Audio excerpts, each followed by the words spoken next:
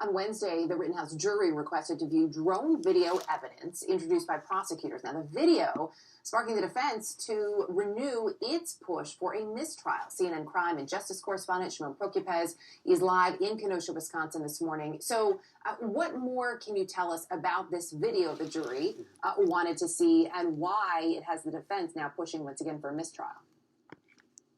Yeah, well, first thing, some context and the importance of this video. For the prosecution, this was a key piece of evidence for them. They made a big deal of it. They had it enhanced. They had a forensic imaging specialist come in and enhance this video. The video is graphic, but it's important to see because it gives some context, and it shows the first initial shooting in the parking lot of the car dealership. But it's a warning to viewers that it is graphic, and what it shows is in the moments that Kyle Rittenhouse has this encounter with Joseph Rosenbaum, Kyle Rittenhouse turns around and fires. Here's that video now. Kyle Rittenhouse turns around and fires at Rosenbaum. The prosecution making a very big deal of this video. What happens here now is that the defense is arguing that they got an enhanced version of this video. It was HD video. They got it late. And so because they got it late, it should have been thrown out. And now they're calling for a mistrial. Here's the defense and the prosecutors arguing over this yesterday. We would have done this case in a little bit different manner if that was the situation.